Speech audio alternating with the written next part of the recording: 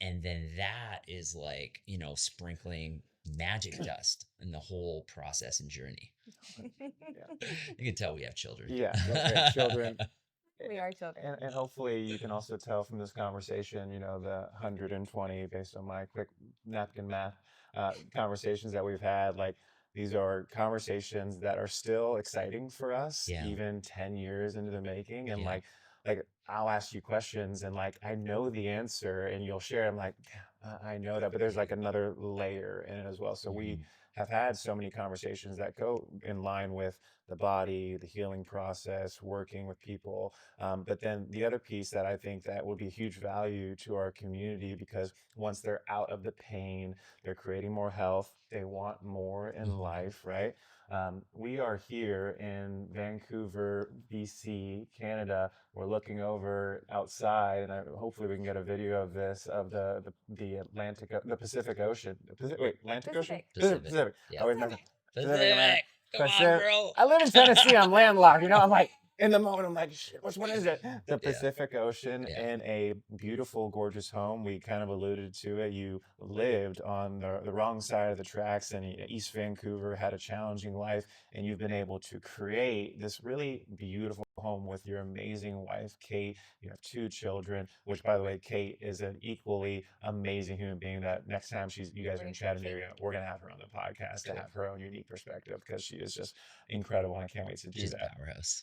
So you've been able to come from a very low vibrational place and state in life and really create abundance in your life. Abundance just isn't a nice home and a nice place, right? Yeah. You have abundance in your relationships, abundance in your health, abundance in your all sorts of different things. So when people talk about setting intentions and goals, but then also something that we talk about as well is allowing and surrendering. There's sometimes this like wishy-washy place that people don't know where to be. Like, how do I want something, but then let it go as well? So you have so much years of experience and wisdom. Like, what advice would you give to people when they're wanting to intend, they're wanting to create, but then also balancing that with like surrendering to the flow of life? Right. Which we've had so many conversations with. So again, as best you can synthesize it. Yeah. Well, if we just talk about, to segue into this new topic from our old topic, is that typically people start with trying to get rid of something. Mm-hmm. That's how it started for me. I felt like shit. I didn't want to feel like shit anymore. I wanted to feel good. Simple guy. Simple man. I was like depressed, suicidal, fatigue, no energy, life sucked. I didn't want to feel that way. Yeah. I wanted to feel better. Yeah. So that's how it starts for everybody. Totally. Right. But eventually it gets to the point, and this is the fascinating thing, is that for me, when all that goes away, I actually believed that's where the journey starts. Because people refer to me as the human potential guy. Mm-hmm. They do. I'm the human potential guy. No, because like we are moving towards different things. We're moving towards that. Now, if I come back to what you shared, Matt, I have a really interesting relationship with goals. Mm-hmm. And I say that because, you see, when we set a goal, we are foreshadowing to a point in the future where we want to achieve something. But right now, we're right here. We haven't achieved that goal. So I haven't become the person who is worthy of fully experiencing that outcome or goal. And what I'm going to do is I'm going to journey on this path. And what's going to happen is exactly what we've been talking about. My nervous system's going to grow. It's going to evolve. It's going to increase bandwidth. My vibrational frequency is going to increase. And as a result of that, all of a sudden, we're going to move to a place where that goal is actually achieved. But in the journey of that, can you see how that expansion of our nervous system and awareness and consciousness allows us to become a different person? So for me, I believe, for me personally, when I set a goal and intention, I'm actually not a big goal setter. I'm an intention setter. Yeah. And this goes against, I've read the books on goal setting. Be very specific. If you want a certain amount of money, right to the penny. Mhm. And I'm like, okay, that's interesting because when you're on the journey of it, you become a different person. So you're going to relook at what that goal is. Like you've grown and evolved. You're not the same person you were 6 weeks ago, 6 months ago. So for me, it's about being more intentional with who you're becoming and being so engaged in the process and journey of becoming that. Yeah. Because here's what I'll say, you know, with somebody who's raised, I'm Canadian, I'm Indian, born in Scotland, raised in Canada. And so like my heritage is Indian, my nationality is Canadian, and somehow I have Great Britain in there as if I ever got deported. Just- to know. Okay, I was like, I don't know how all that works, but the piece I'll share is that so I have elements of being somebody from like say North America, Canadian, US, but there's this deep sort of understanding of ancient Indian wisdom that has emerged from me over the decades. And so when we start setting these intentions and we start moving towards things, we start to change. And what became abundantly clear for me was that it was never about the goal.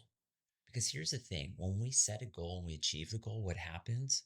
We just set another one and another one and another one. And what's that? That's the hamster wheel of life. That's the grind. I don't want to be in the grind. I want to be living life, Yeah. not when this, when that. And we talked about this last night. We know this. And this is so difficult. This was so difficult for me. I feel I'm on the other side of this. Yeah. Finally. Yeah. Finally, I feel I'm on the other side of this. You've arrived? Yeah, I've graduated that piece, okay? But for most of my life, I was on the ungraduated side, okay? Now, what I'll say is that life is meant to be lived. Life is a process. Life is a journey. And I know this is cliche, but if we can really honor life is happening right here, right now, in this moment. That's it. The future hasn't occurred. Yeah. And let's talk about fear and faith for a moment. Fear and faith require the same mechanisms neurologically and through physics. They do. There are putting our attention, which is our energy and life force, between two things that are invisible. So we get to choose. It can be fear or it can be faith, which is hope. The Science of Hope says three things. One, we believe the future will be better than our present. Two, we have agency. We have the greatest technology on planet Earth living inside us. So everybody has agency. Three, are we willing to roll up our sleeves and step into faith, trust, hope? And that's a choice. That's where most people miss the mark. And so for me, in achieving these different things, and yeah, it's extreme. I was raised in the poorest, you call it zip code, let's say the poorest zip code in Canada, which is actually postal code, to living in the most affluent zip code and all the things a person has to go through to become that. From like education, not just finances, but education, socialization, relationships, like everything, like complete, like I'm not the same person that I was then. Really honoring that. That's what a goal is. Yeah. If you look at my life specifically, it's a little bit of a magnifying glass of that, but that's everybody. So it's never about the goal. It's about engaging in the journey and process. Like you see me, like I don't hum and haw with the lifestyle choices that I make because that's just what I do. Because I'm so committed to being connected to this mind body temple. Yeah. And, we had a long day yesterday and I'm like, hey guys, I'm going to go do this because I know that deepens my connection to me. And I did that thing.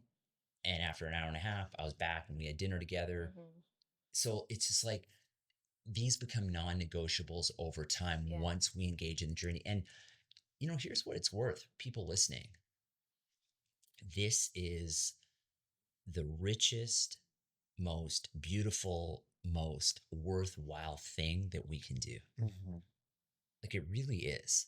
There's no vacation, home, car, purse, boots that are going to help you experience this. Yeah. Like that's just dopamine and it's going to come and go. Mhm. But Totally. this is sustainable. This is being on that constant place of gratitude, joy, Yeah. peace, Beauty. all of that, like the magic of Yeah. life. Like it's just like for me, I don't even, like forget about faith, hope. I like see life as magical and Mhm. anything and everything is possible. Absolutely. And I do this for the people who step into my ecosystem. Mm-hmm. And I'm like, yeah, this is possible for you. And that's the space I hold. And a lot of times they don't trust me with it. But eventually over time, if they hang out long enough, they step into that. They're interested. And we have stepped into that because of you. Absolutely. And I feel like people listening can feel that and can also feel it from us. But for me, it was like I'm a radical person. So as soon as I got a taste of a different way of being, I'm Yeah. like, oh, I want all of that. And I want to just remove everything that's not that. And I think there's people that are listening that feel that way now. Yeah. When I asked you this last night or this morning, what would you say they can begin doing right now to move them in that direction? I'm all about efficiency. Yeah. I'm all about being radical so you can get there faster. What does it take? And moving in the direction of falling in love with the process. Is that the Yeah. specific I question? think that's I think moving in the direction of living life in the place he was saying of like pure bliss, pure beauty. That's a deep connection, like pure connection to self is really, I think, what this goal is. Yeah. What can they start doing now to Yeah. get them there faster? I love it.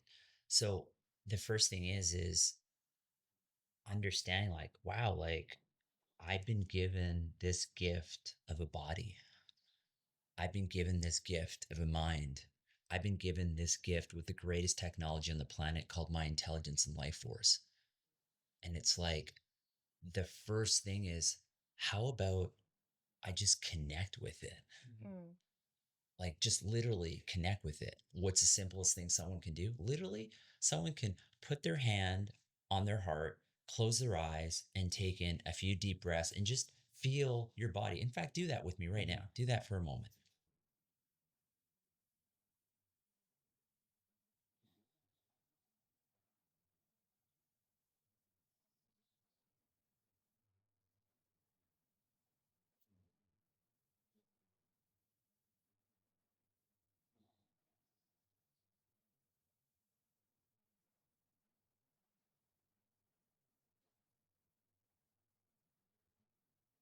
When I do that, I can't help but put a smile on my face.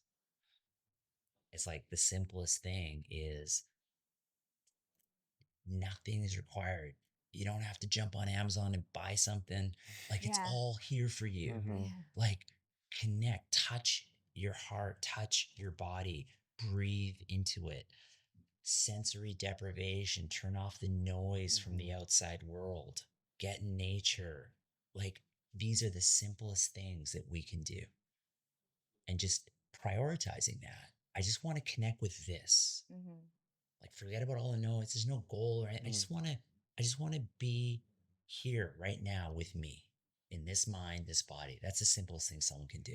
And I think within that, though, when people are starting to breathe, starting to meditate, what comes up, though, is the roaring of the life experiences that have led to this moment. Like, that's what I tuned into. I'm like, there can be a roaring. And that's why people are like, I don't want to do that. Yeah. So then from that moment, Yeah. how can they begin to overcome the roaring? Yeah.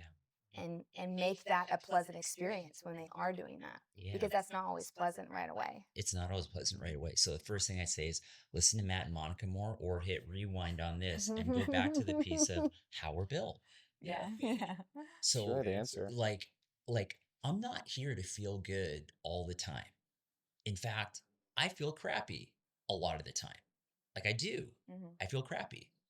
And I know that's the husk, the pattern, a part of my evolution and growth.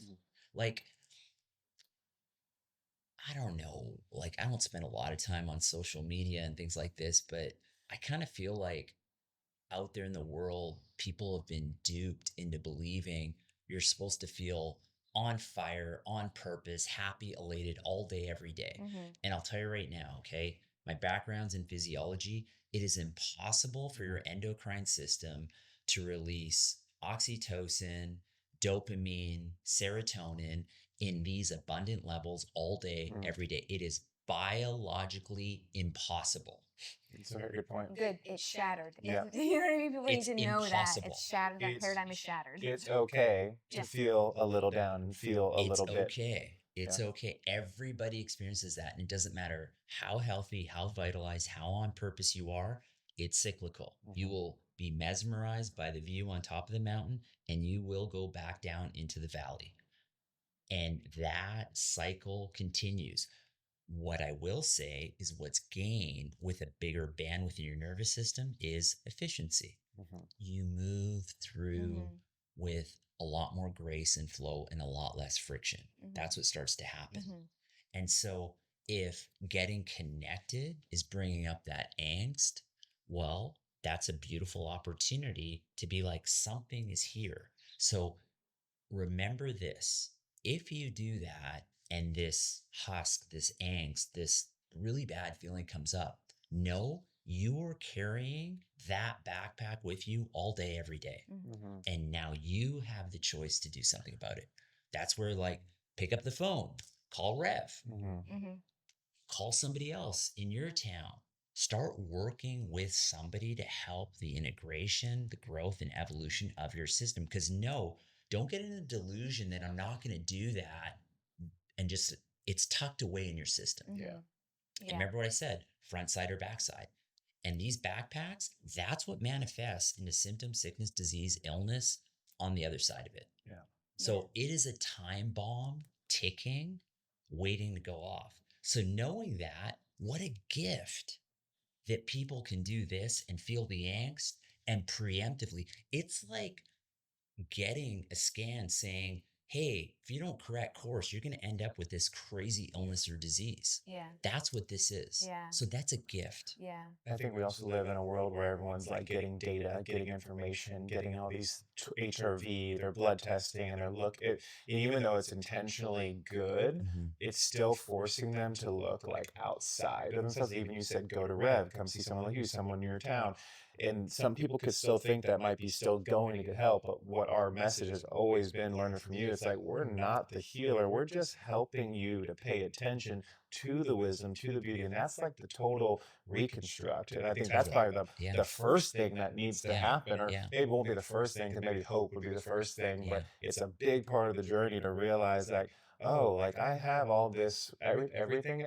First law of thermodynamics.